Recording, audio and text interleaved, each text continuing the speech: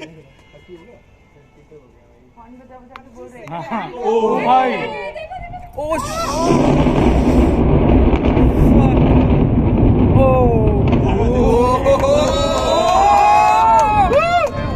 भाई हुआ यार, कर दिया भाई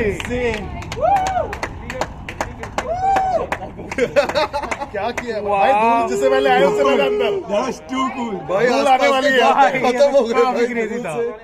अभी नहीं आएगा। पता है इतने सदियों में बिल्डिंग बनी 13 साल में, अब तो 13 सेकंड भी नहीं लगे उसको। तो जैसे ही आएगी धूल वैसे ही पास पैसे मांगेगा। भाई ये क्या हो गया भाई? भाई क्या हो गया भाई? ये तो भाई we forgot the basic principle. We will see it blow up before we hear it. हमें यार दाम में होते हुए दिखेगा। मैंने बहुत पहले बोल दिया कि साउंड बाद में आएगी, पहले फूट जाएगा। कब बताया था?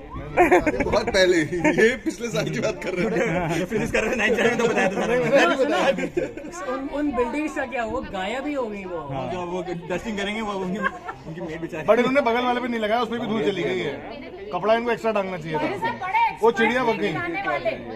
यहाँ अभी तो दिख नहीं रहा मम्मी कितने एक्सपर्ट है, धूल के बाद दिखेगा किस किस घर में गिरा है वो। नहीं, पेड़ तक काले नहीं हुए, बिल्कुल नीचे आए, एक छोटी सी जगह में गुबार था। अब ये क्लियर होने का देखना।